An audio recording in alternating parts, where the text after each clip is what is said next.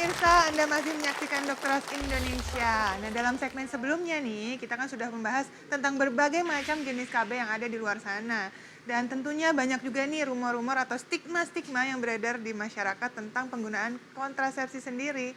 Kita akan membahasnya dalam segmen mitos atau fakta. Pernyataan yang banyak beredar nih di masyarakat, ini pasti banyak menjadi pertanyaan, mungkin Anda juga nih pemirsa di rumah, yaitu penggunaan pil KB bisa menyebabkan kegemukan, mitos atau fakta?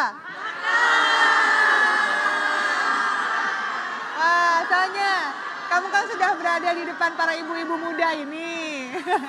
Ada yang jawab mitos, ada yang jawab fakta nih. Iya nih dok, aku mau bantuin tanya sama ibu-ibu muda yang cantik-cantik ini iya, ya dok iya. ya. Ibu, jawabannya apa tadi Bu? Maaf ya Bu ya. Jawabannya apa tadi Bu? Aku mitos. Mitos, kenapa mitos? Kayaknya nggak semua orang kalau pakai pil KB itu gemuk semua, kayaknya nggak.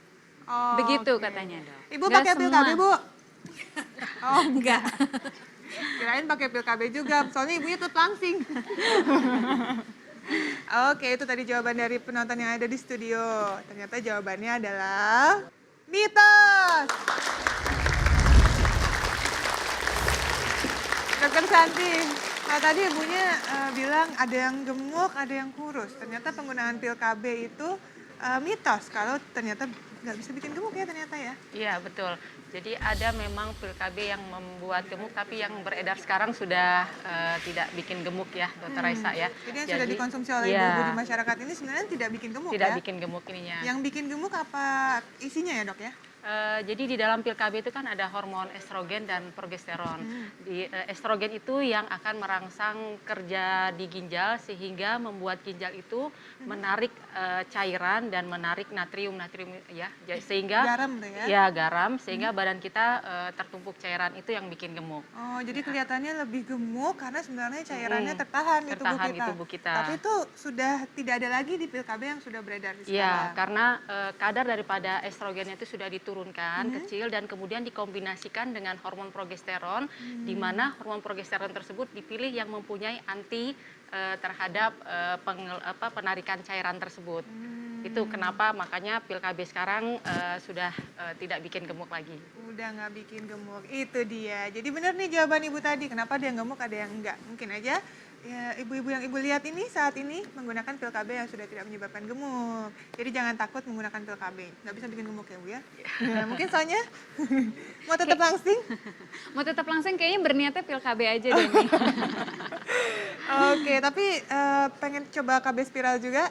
Pengen coba juga, tapi sebenarnya boleh nggak sih dok, udah KB spiral terus karena kadang kurang percaya diri minum pil KB juga gitu. Waduh, di double-double. Berlebihan nggak jadinya, boleh nggak? Nggak usah di Nggak usah ya? double-double.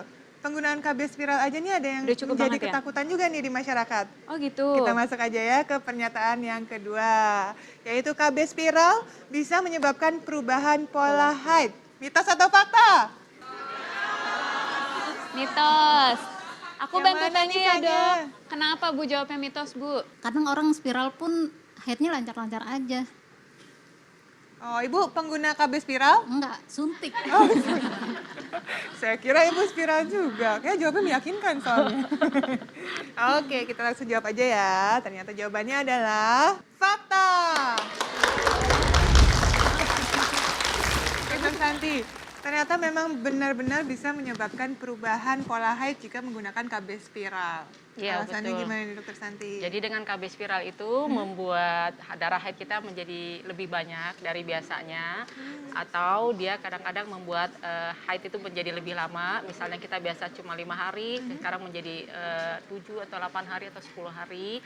Yang kemudian juga kadang-kadang keluar spotting. Spotting itu jadi bercak-bercak haid yang di luar siklus haid, seperti itu. Tapi Nia. itu memang merupakan gejala apa ya, awal, gejala iya.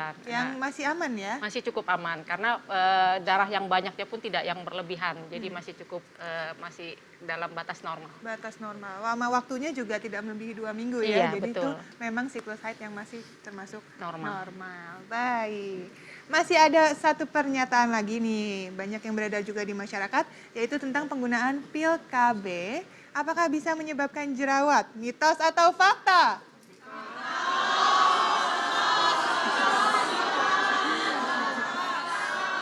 Apa Bu jawabannya Bu tadi Bu? Mitos. Mitos. Kenapa Bu? Karena nggak juga jerawat. Saya pakai suntik, pakai spiral, nyaman-nyaman Ibu aja. pakai semua? Iya, pernah maksudnya Oh, pernah pernah. mencoba suntik, terus spiral, aman Oh dua-duanya. gitu. Pil KB juga nggak nyebabin jerawat, Bu? Enggak, saya nggak jerawatan kan? Aman dok. Ibu cantik loh, Bu. Tetap kinclong loh, tetap mulus. Coba kita Makasih, Bu. coba kita lihat jawaban Ibu ini yang sangat percaya diri ini benar atau enggak ya? Dan jawabannya adalah mitos. Tuh, Dokter Santi. Iya. Tadi kan ada Ibu bilang tidak menyebabkan jerawat, tapi banyak orang juga yang takut tuh kok saya jadi jerawatan.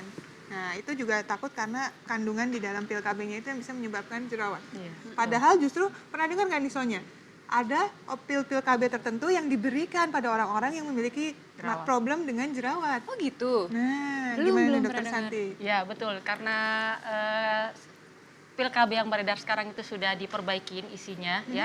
Jadi efek androgenik yang disebabkan oleh hormon estrogen tersebut di cover sama efek dari progesteron menyebabkan ada anti androgeniknya.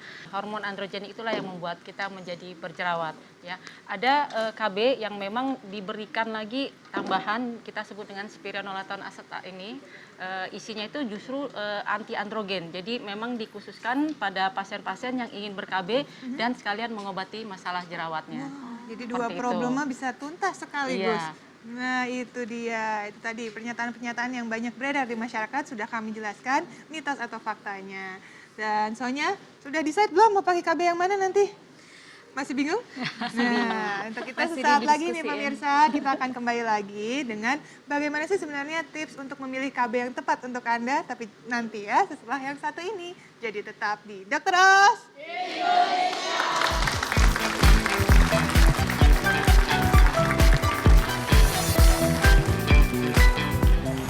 Meningkatkan nafsu makan pada anak bukanlah hal yang mudah bagi orang tua. Berikut tipsnya. Biasanya kalau daya tahan tubuh bagus, tentunya hampir rata-rata selera makan anak juga bagus.